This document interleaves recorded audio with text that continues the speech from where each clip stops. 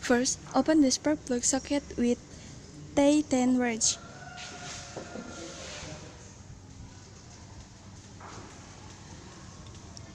Flush each spark plug with a spark plug key.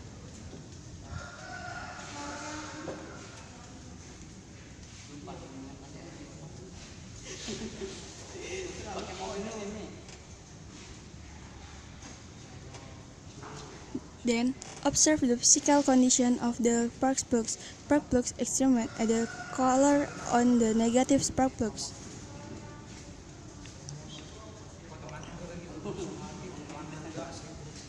And then, if the previous point spark plug's condition is not visible, should be replaced. Then, tighten a new spark plugs by first cleaning the spark plugs. Finally, attach and tighten the spark plug socket with the installation of the engine.